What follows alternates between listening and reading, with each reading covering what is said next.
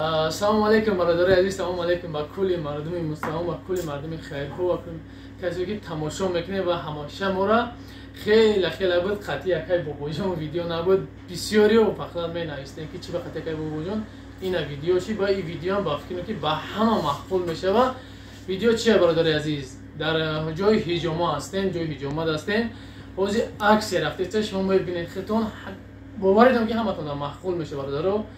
میرین مثلا میایین با اینجا بوچکا میدروی برادرای عزیز، بعدی بوچکا دوش میدروی، بعدی دوش میای مساج میکنن، بعدی مساج هجوما هم خون نگیرن با همین قدر با یک تاینه کتابای قرآن کریم یک کتاب قرآن توفا میکنن برادرای عزیز. همین جمع و جمع 10,000 روبل برادرای عزیز میای همه را میخیزه خدمتن 10,000 روبل مقصد حقی خدمتی همی برادران میشه و از با حجی یک دو سخن نگاه میکنه و دلشی نشدی دارو گپ میزنیم. سلام دوستان عزیز، خداوند نگهبان تو باشه که همه وقت درباره مردم نیازمند هستی.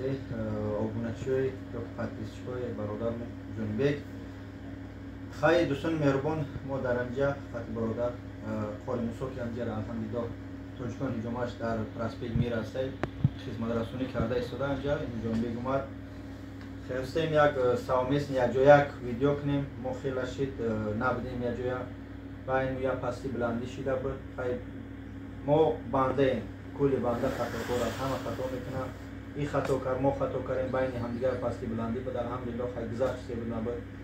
خداوند همه ما رو برای راست هدایت کنه. یعنی که مقصد ویدیوی ما فقط رکلام کردن جای برادرمون قاری موسی نیست، خیلی است یا سامیس نیست یا سرجمی نشان دادن در کار که یک سه فراموش نکنه که به که نرسه آدم با آدم میرسه. میگم یک کاری کنیم که در یک کوچه دیدیم، در یک بازار دیدیم، در یک جا دیدیم شرم نکنیم از همدیگر یا نفرتی نداشته باشیم.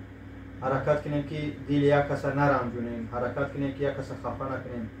باز میگم کلی بنده خطاکار است، خداوند گناه ما را عفو بسازه. خداوند میگه من بخشندم و بخشنده ها را دوست می‌دارم. میگه گناه یک برادر تا ستر که تا روز قیامت من گناه تو را ستر کنم. یک خداوندی که زمین آسمان آفریده، خداوندی که روزی محشر یعنی که در پیش شما میستیم خداوند میگه، یعنی که خداوند مثلا سخنش حق است.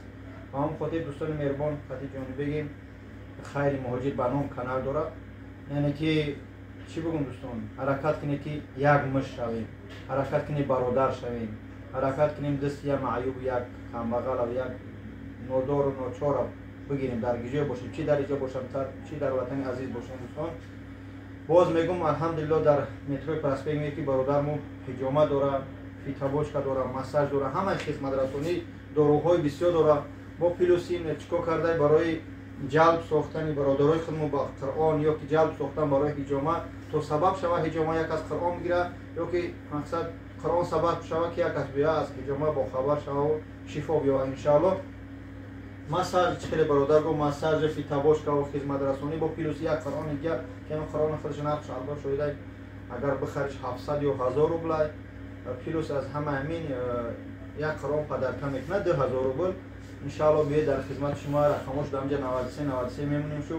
پیروزی داروها داره، مقصد اینا بیاتین برای مقصد موی سر بخواد کردن آدم جوان، مقصد ایمونیته تخشو میکنه، خون تازه میکنه. با الهدای یعنی حبیب اگر استفادهش میبره الهدای 2400 روبل الهدای هم داشتن. بعد هسته این برای ایمونیته این حیات با کسی که ایمونیتهش پس 1200 روبل داره. خیلی با این برادر برای موی سر برای فربشیدن خراب شدن کسایی که نه من که ریش نداشته باشه الان استفاده برای اینکه ریش برای برادر عزیز انایش ریجینگز میگم برای فربشیدن است. انای دیگریش باشه برادر عزیز سامیوان ای 500 روبل برادر عزیز، ای باشه 1200 روبل، انا ای برای ریش باشه 900 روبل برادر عزیز. همین نمره که در پایین میبینین هم نمره میمونه هم آدرسی هم جرا میمونه برادرو. زنگ بزنین با از نام کانال خیر مهاجر گل ما گپ زنین ان شاء الله. با میو اینجا دورو بسیار هست، با دورو هم مقصد با عکس این بهم بیام جای وقتی اومدی با کانال خیر مهاجر اومدم ان شاء الله که عکس با برای شما همه نمو دورو میکنم برادر عزیز. همه وقت دستگیری یکگر باشین. همین ویدیو را پادلیست که تو یگون برادر یگون چی ببینن میره. خب میگه مسلم اخو المسلم، یعنی که مسلمان برادر مسلمان است. فرق نداره ای ملت، از قوم، از محل گرایی، از همه یا همون خاطر حرکت کنیم که سرجم باشیم، یکجا باشیم، در جای باشیم، یکجا باشیم. دوستان مهربان حرکت کنیم که دل یک کس نرنجانیم. روز محشر روز بی‌زیبه، خداوند فقط دعا میکنه که گناه اول ای خودمان بعد از شما را روز محشر پرده نبردارد.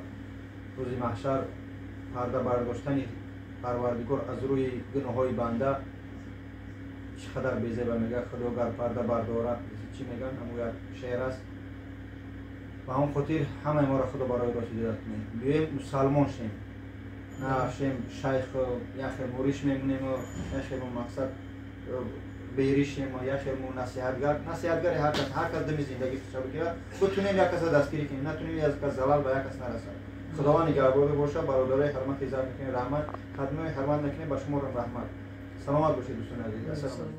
برادرای عزیز، در آخر با یک خواستم که برای مقصد کار باری خدمت یک رکلام دیگه میکنم که برادرها کدامی که او یک کس در بیله در کار برادرای عزیز میتونین که مقصد اینمی نمره ما او یک کس ما بلیت خریداری کنین. هر در کدام در روی دنیا هستی برادر جان، در همین نمبر تو زنگ بزن. اگر ای درسته بیرون باشید در همین نمبر واتساپ دارین، در کدام تریتوری دنیا باشید در همین نمبر واتساپ دار بنویسید بگو من فلان در فلان شهر می در فلان دولتم.